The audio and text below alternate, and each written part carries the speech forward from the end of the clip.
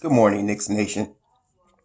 Today is the 24th day of December. It's Friday, 2021. Happy Friday.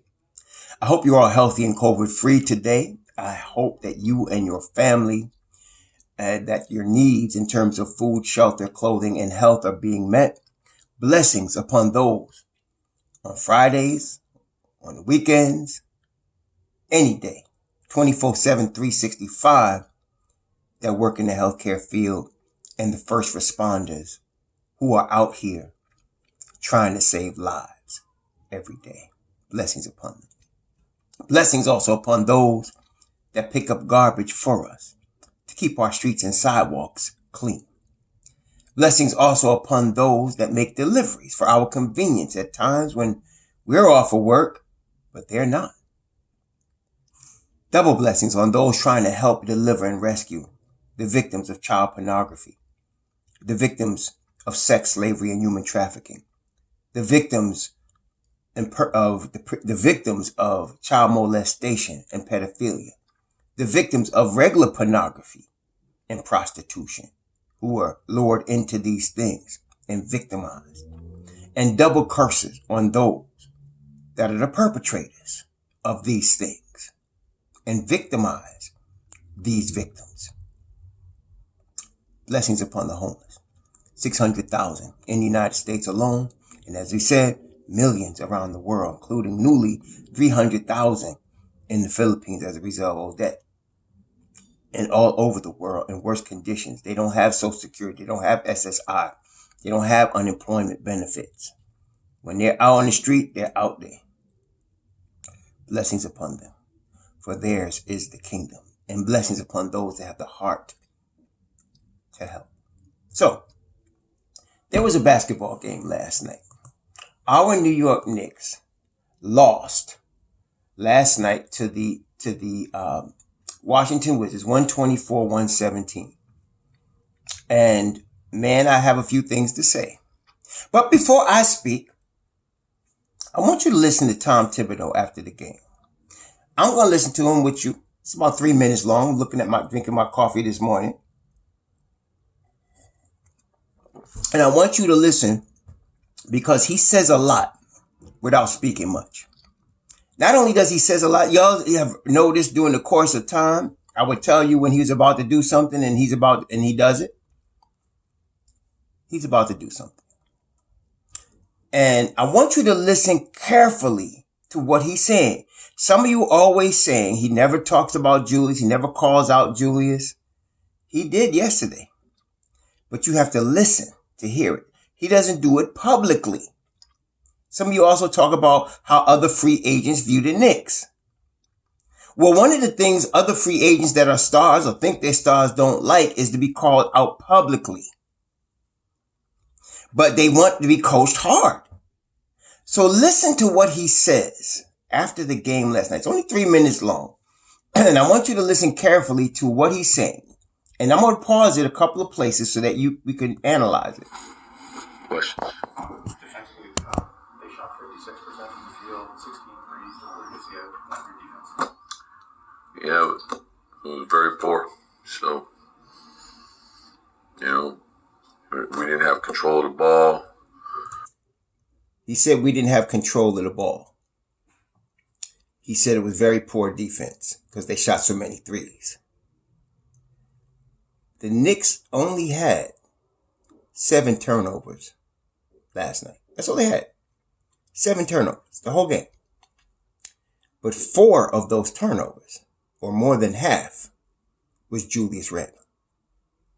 So when he says we didn't have control of the ball, he's talking about Julius Randle. When he says it was very poor defense, guess who he's talking about? Julius Randle, Evan Fournier, and Kemba Walker. That's who he's talking about. Also, I want you to notice this. The reporters are asking him these questions because they want to know not only what does he see in terms of what happened, they would like to know what is he going to do about it. So when you see him don't give you that answer, don't think he don't have a plan. Listen. We didn't have stance and vision on a weak side. So it's going to be hard to win like that. Kind of what he gave in the second and third quarter. I mean, obviously he's done that before his career, but to do that now after everything that's gone on. But he played a monster game, but you know we came out with a loss, so he played a monster game, Kemba Walker, but we came out with a loss. Y'all should remember, above all things, Tom Thibodeau wants to win. It makes no sense scoring all of those points and then giving up more than you scored. We scored 117 points last night. That should be enough to win a basketball game, but we gave up 124. Listen. It's a shame to waste that type of effort with a game like that. But you know, when you're shorthanded like we are right now, we can't afford not to play with great intensity on every possession. Every possession, great intensity. Who was he talking about? Julius Randle, Evan Fournier. And on defense, them plus Kemba Walker. Every possession, both sides of the ball. That's translated both sides of the ball. And every possession. Okay? Notice also, he's pointing these things out subtly without calling out any names. But if you're watching the game, you see the stat sheet that he analyzes the stat sheet. He knows who he's talking about, and they know who he's talking about. Let's continue. So, that's where we are. Talk about the free quick fouls, and then you didn't go back to them. Yeah, you know, just because, you know, the speed of the game with when they had Holiday and Dinwiddie in together, you know, so. Who did he just mention? Aaron Holiday and Spencer Dinwiddie. That's who he just mentioned. They asked him about Taj. Taj wasn't supposed to be out there guarding Aaron Holiday and Spencer Dinwiddie. He's a forward or a center. He might have mentioned whoever their forward or center is, Kyle Kuzma, right? No, but he mentions the two guards and the speed of the game. Again, who is he talking about?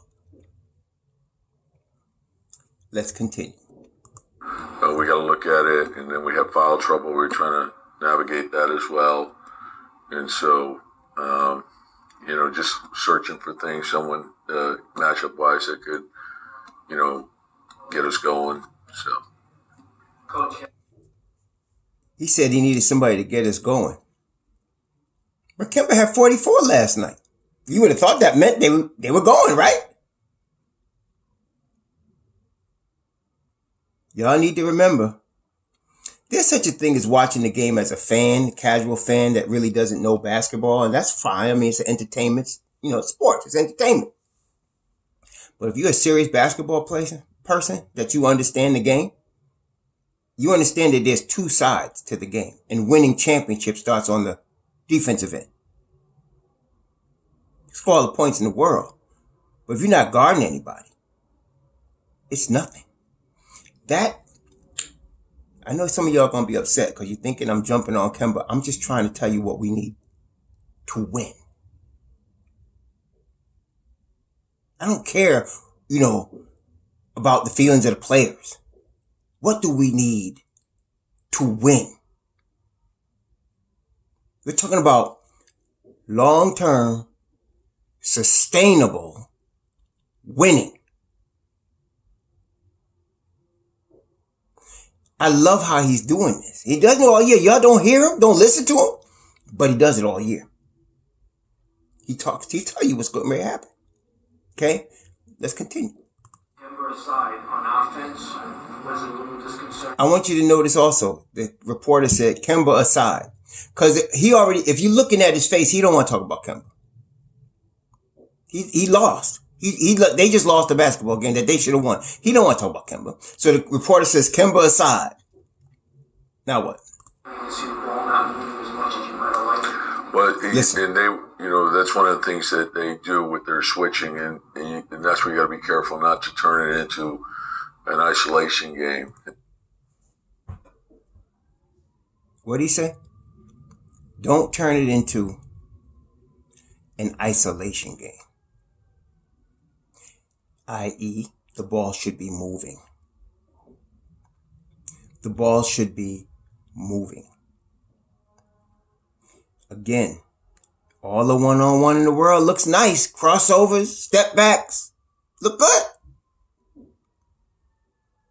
But it kills the ball movement. And there's no defense. At the end, it's very pretty and it's empty. It's like a shallow woman that's very pretty, but it's empty. Looks good, but realistically, you're not going nowhere long term with that.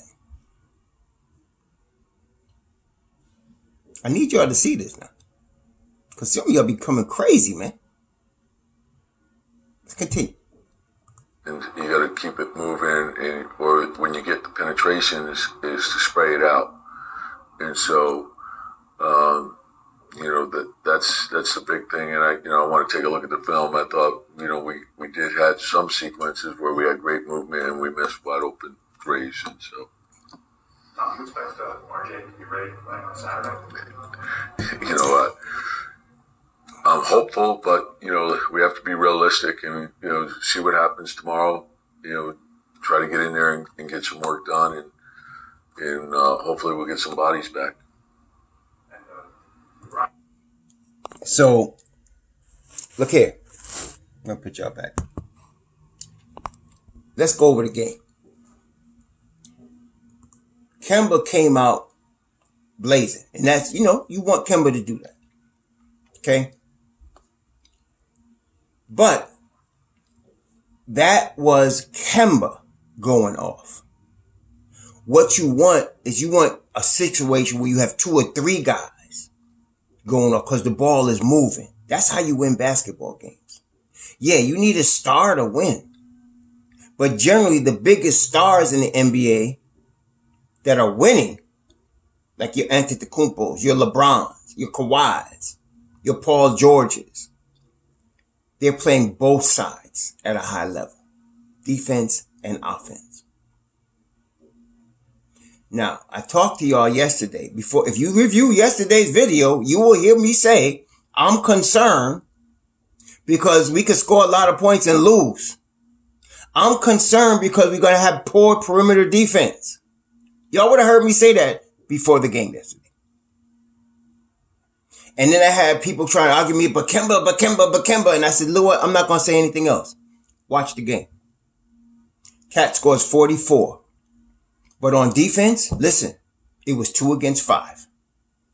On defense. It was Mitchell Robinson and Alec Burks against the Washington Wizards on defense. Because Julius Randle ain't playing no defense. Evan Fournier ain't playing no defense. And daggone sure Kemba Walker ain't playing no defense. Washington had all night to get in the lane, which is why, and I said this yesterday, I said, I don't want Mitchell Robinson to get in foul trouble because he's trying to guard 2 guys. And that's exactly what happened. The Garden is an electric place, man. It is. I've been to the Garden not just to watch a game, but I've been to the Garden for concerts. It's just an electric place. And when it's pumping, man, right? So when Kemba was going off, him being from the Bronx, and it was pumping, it was all hyped, and everybody gets all hyped, and Kemba. We lost. We lost. Because we're not playing no defense. Look, I don't know about y'all. I'm an old-time Knick head, man. I need to see some defense. Like some of y'all need to smoke crack and play NBA 2K. I need some defense. I'm jonesing for some real defense, man. And I'm tired of looking at this ABA style game. When I was a teenager, when we used to be hanging out, we'd be like on a Friday night when Dr. J, who was the man when we was in New York. Doc was the man because he was from Long Island. And the Nets were on Long Island at that time. So even though we was all Knicks fans, we still loved the Nets because of Doc. And one of the greatest hurts breaking in the world for us was when Doc went to the Sixers, right? So then when Doc went to the Sixers, and then they got George McGinnis from the ABA, and they got Darryl Dawkins, they had all of it was called the Doctors of Dunk. And we used to hang around on Friday night, smoke-filled room and brew flowing. And we had the music blasting. We didn't even listen to the commentator. We just watching. And all we was doing was saying, give Doc the ball, give Doc the ball. And every time Doc would touch it, we'd all be just on the edge of our seat waiting to see what he was going to do. And when somebody else would score or they were playing team ball, we'd get upset because we wanted to see Doc score all the time. We want Doc to score. And we didn't even care who won. We just look at the box score. Did Doc get 30? And that's what's going on now with Kemba Walker. Win or lose, they want to see him get 30, get 40, go off. And it looks good. But when you start to know basketball and you're tired of seeing the Knicks lose, that ain't entertaining to you no more. I stopped smoking weed and drinking brew like that a long time ago. It's not, because you know why? Because it played out. I did it when I was a kid and it played out. And this type of game is played out. It's played out. So last night, and listen, one thing happened that my eyes is now changed a little bit toward Julius Randle. The other night, I don't know if it was against Boston or if it was against Detroit, but it was another game where Julius was sleepwalking through the game and padding his stats like he did last night. And my man Tom goes, well, he was not feeling well. That's the first time I caught that Tom Thibodeau actually made an excuse for Julius. I mean, he made an excuse for him. That was straight excuse. He wasn't feeling well. It's an unwritten rule in the NBA, and I've heard many coaches say it, not one or two. If you step on the court, you better be ready to play or don't step on the court. In the NBA. When you're on the wood, it is assumed that you are ready to play. And if he wasn't feeling well, he should have sat. But now, let me tell you what I want, and let me tell you what y'all want also, which is the same thing. And let's talk about the real. We need to get rid of Julius. He's not a number one option, and he's hurting our present crew.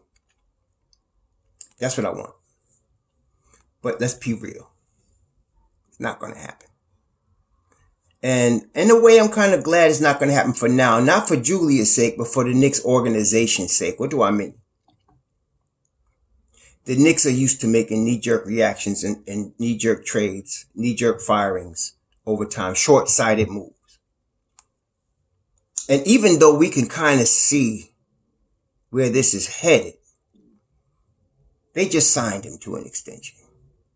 So I can see them keeping him this year and next year. Like I said, we won't probably be talking about dealing him until next year, maybe. And the reason I say that is because you need to, now you're going to give a chance for the kids to show what they could do. And that's coming.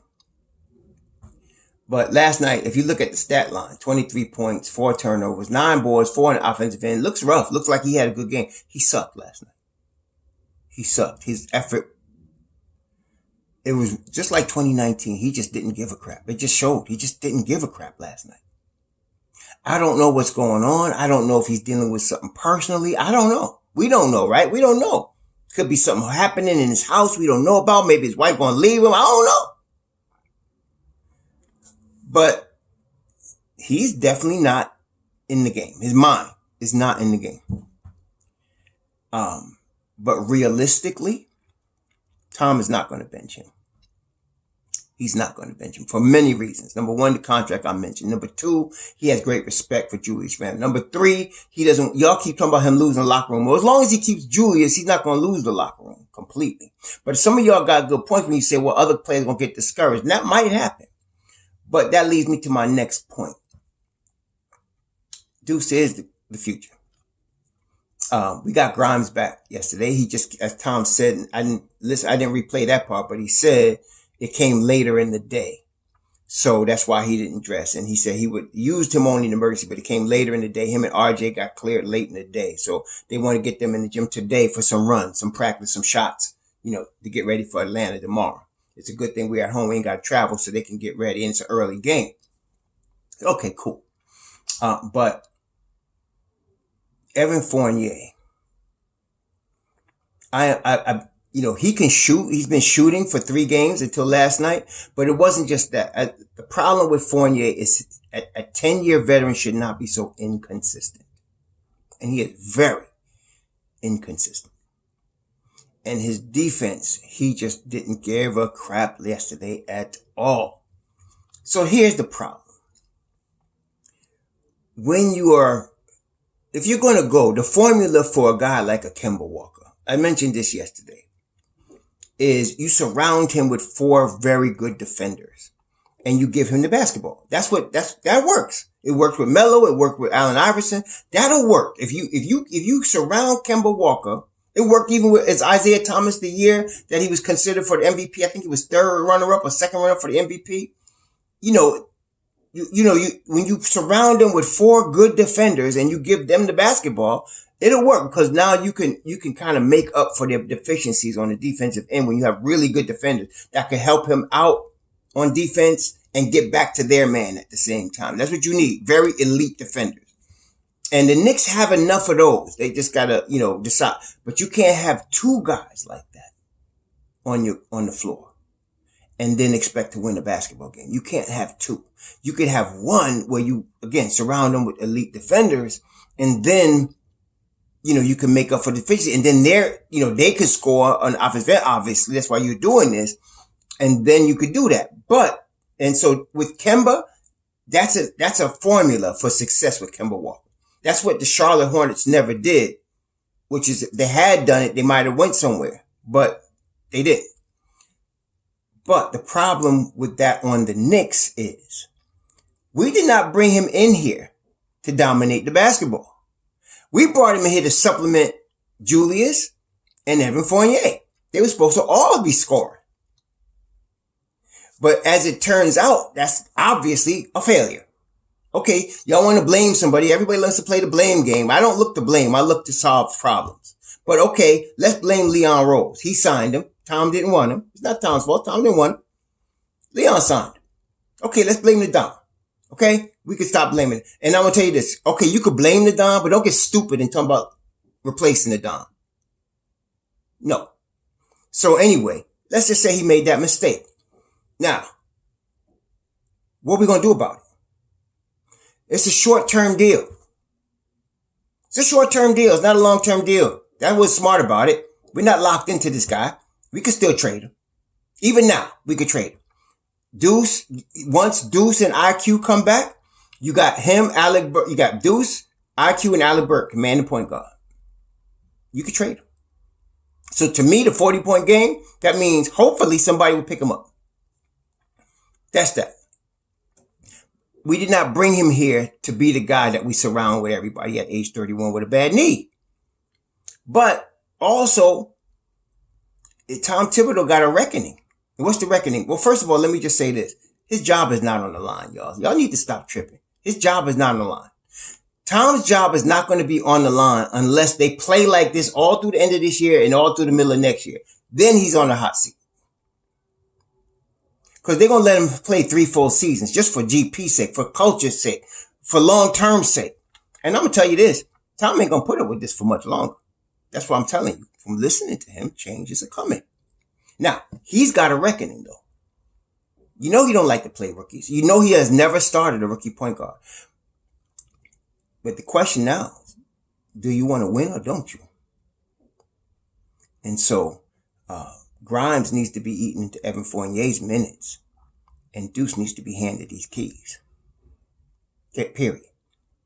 You want to play Kemba? A guy like that can score and doesn't play much defense, you have him on your second unit. like I said, if we did, and I just said this Monday, I think I said, if we didn't have Derrick Rose, Kemba Walker could be our Derrick Rose. Well, he still can now because D Rose is out 6 to 8 weeks.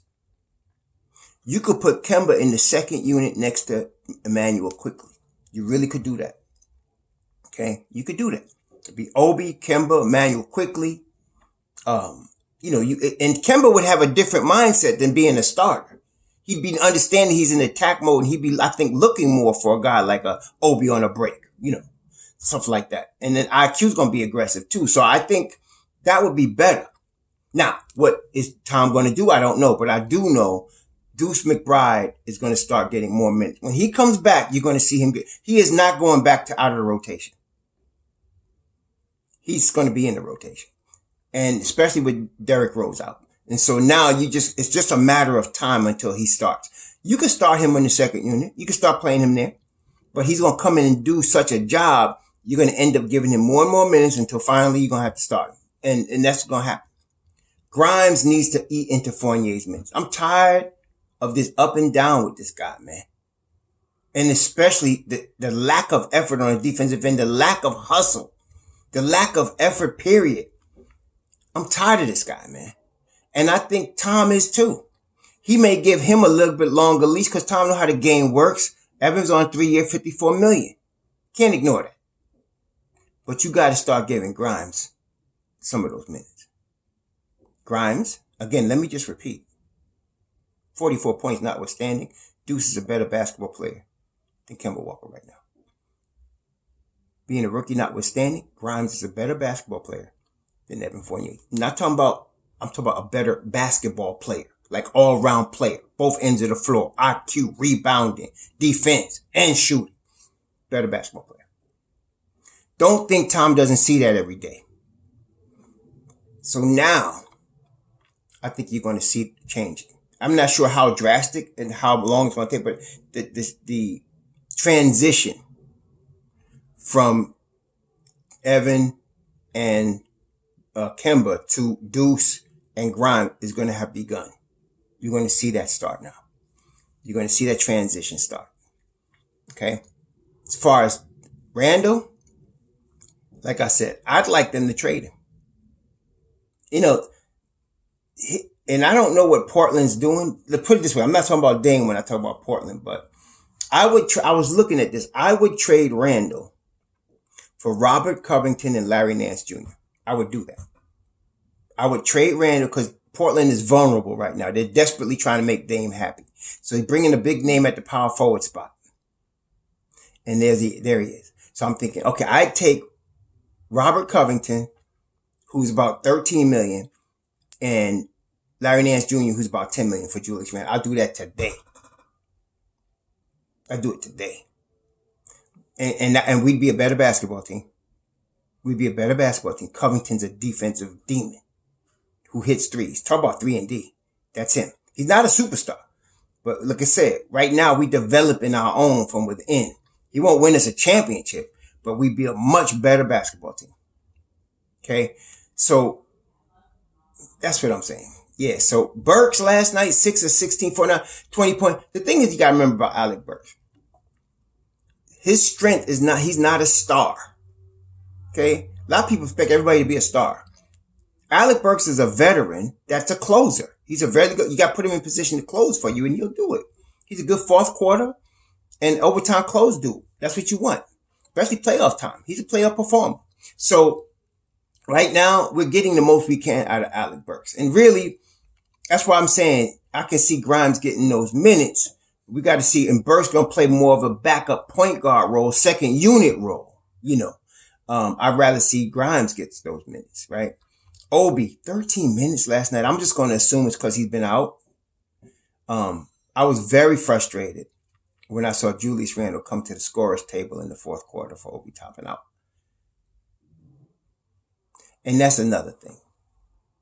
If we did trade Julius, though, for real, Obi's the guy. He's our starting four, right? So, man, Jericho played good last night. 22 minutes. He only had 6 points, but the stats don't really tell you the activity that he gave on the defensive end of the floor. The thing is that, again, Tom wants to win, and he wants to win in the playoffs. Theoretically, you cannot win. You cannot make a deep playoff run giving 3 rookies, starters minutes or big minutes. Not going to happen. You need some vets, man. You want to win in the playoffs now. And Tom does. I'm not saying whether that's realistic or not, but he does. That's how he is. So that's why Jericho Sims would not get minutes unless they traded Nerlens Noel, because he's a rookie. You're already talking about Deuce and Grimes, and rightfully so, but you're not going to give a lot of minutes to Sims, but he's good. He's the future. There's no doubt. Him and Mitchell Rob is the future. Mitch Rob, again, 8 points. He gets 3 rebounds. He fouls out, but again, he's guarding 2 guys. I'm watching it and I'm saying this guy is guarding 2 guys all night. Cause Evan's getting beat from the wing. Kemba's getting beat at the point of attack. Julius don't give a crap. And now my man's got to guard his man, Gafford, and whoever they getting beat. Sometimes 2 guys. Aside from his guy, we're making 3. So I wasn't surprised. In fact, again, I told you before the game yesterday, that could be a problem. That's going to rear its head. Remember that? That's just going to rear its head because we don't have enough defense. There you go. This is where Deuce and Grimes would make a world of difference because you're not going to have that happening. Not saying that they would never get beat. Everybody gets beat at once in a while in the NBA. But for the most part, they're going to lock people down. And then you got the block Ness monster back there to erase mistakes. But you don't want him doing it all night because he gets in foul trouble like that. Okay? Randle? I don't know. I mean, he stink right now. It's not even like he's off. He's a terrible basketball player right now. He's playing selfishly. He's stat padding. He's not giving a crap. He's tripping over his own feet and turning the ball over. Like sometimes it's just almost embarrassing. So I don't know, y'all. I don't know what they're going to do. I know, like I said, there's what I would want to see right now. And then there's the real. I don't think they're going to trade him. I don't think so. Like I said, I would have only did it before for Ben Simmons. But now I'll take Covington and Larry Nance. I'll take those 2 guys. That salary matches. Covington and Larry Nance. Done. And then maybe throw in a pick. That's how desperate I am. Because I'm tired of seeing this. I don't mind losing because we gave 100% effort and the other team was just better that night. That's going to happen in the NBA. Okay? You can give 100% effort and you could just lose because it's just not your night. But to lose when you're not trying, when you're just out of it and you're making dumb mental errors and it's almost like your head's not even in the game, like Fournier and Randle. Okay, Kemba's problem is not effort. Kemba tries every play. He just doesn't have the lateral movement or the size, the strength, or the quickness to play high-level defense. Any type of defense. He just doesn't play. It's not like that with Randle and Fournier. They just don't give a crap. So, there's going to be changes. I'm telling you. Wait till all the guys come back. I'm not one that's like, y'all know, I love Tom Thibodeau. And though I don't agree with all his moves, I'm not like, this is all on Thibodeau. This is Thibodeau's law. No, it's not. It's not. He didn't ask for some of the ingredients of this recipe they gave him. He's trying to make food out of it. And no. Let him get all the guys back. And let's see what happens. We got plenty of time, 6 to 8 weeks. And there's probably about, I want to say 6 weeks until the trade deadline. So let's see what happens. That's what I'm saying. Especially when Deuce and IQ get back, let's see what happens. We got Grimes and RJ coming back for tomorrow's game. They're out there practicing right now. They're going to come back for tomorrow's game. You got them coming, okay? Now, hopefully, we will get, and we got Obi back. So hopefully now we need the guys that stir the pot. IQ and Deuce. And I want to see what happens when they come back because I think we're going to see some changes. Tom is fed up with this mess, man. I think we're going to see some changes. He's probably, I'm going to tell you, he probably calling Leon looking for a trade for a veteran. And the conversation is going to be, Tom, you got guys that you want. You got them right there. Play them. And he's going to reluctantly do it. He knows. He sees in practice what those kids are doing. But he'd rather have a veteran. That's just who he is. But it's going to be good. I'm going to reserve my passion against Thibodeau, like y'all be tripping, vomiting hatred and all that. I'm going to wait because I know this guy knows what he's doing, and I want to wait till he gets all his tools in his toolbox. They should come back next week, okay? And that's going to be the help that we need. The perimeter defense will return with those guys. That's I'm looking for that, okay? And you're going to see a better Mitchell Robinson as he's getting in shape now. And some of y'all, somebody actually thought that he did not play a bad game last night. He was surrounded by bad effort. That's what happened. You cannot expect him and Burks to play 2 against 5 on defense all night. No. When Dot came in, 16 minutes of good defense. That was Damian Dotson last night. 16 minutes of good defense. And you could see it, right? When you seen Dotson come in the game, the difference in the defense, the energy was different.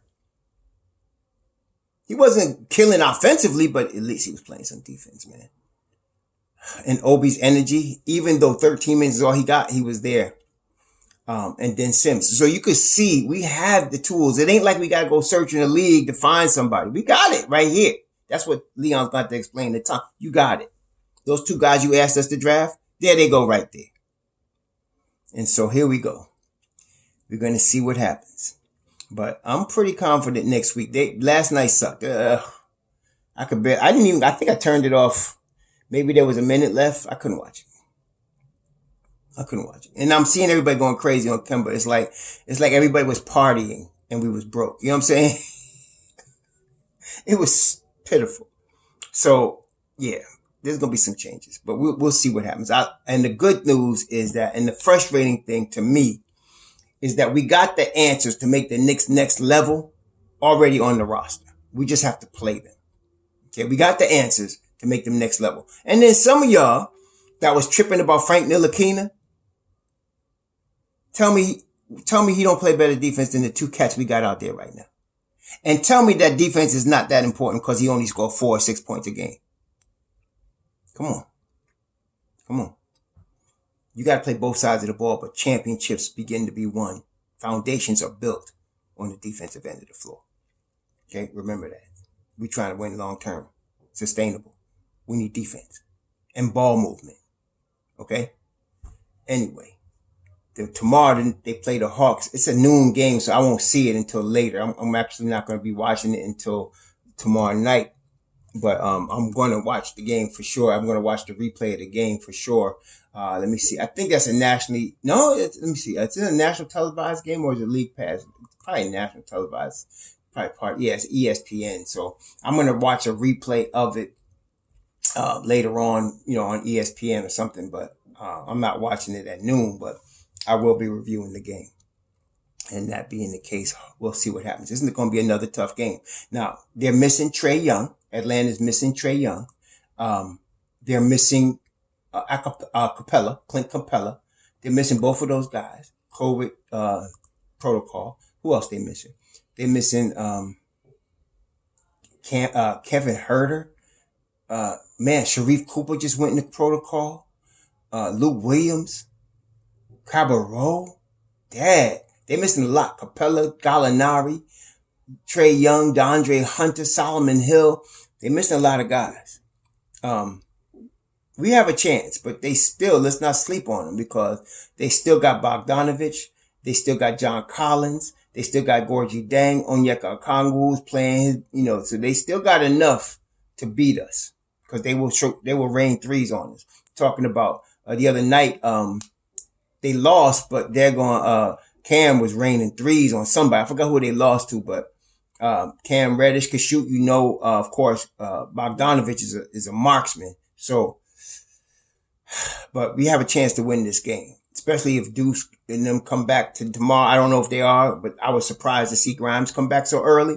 So let's see what happens. But at least we'll have RJ, Grimes, and Obi to add to the lineup. So let's see what happens. We have a chance to win this game. It's not going to be easy, but we have a shot. I am just happy that our real troops, especially those 2 guards, Emmanuel Quickley and Deuce McBride, they're coming back. When they come back and they get into the rotation, we're going to start to do something. And you know what I'm not going to do anymore? 2 things, man. Every time I do a live stream during the game, we lose. And whenever I say I got 5 on it, we lose. So I'm not saying it. I'm going to take loonies out. I got to do it. But anyway, please be safe tonight. Have a safe weekend. Enjoy yourselves. If you're celebrating Christmas, enjoy yourself. If you're not like me, enjoy yourself and be safe out there. Shalom.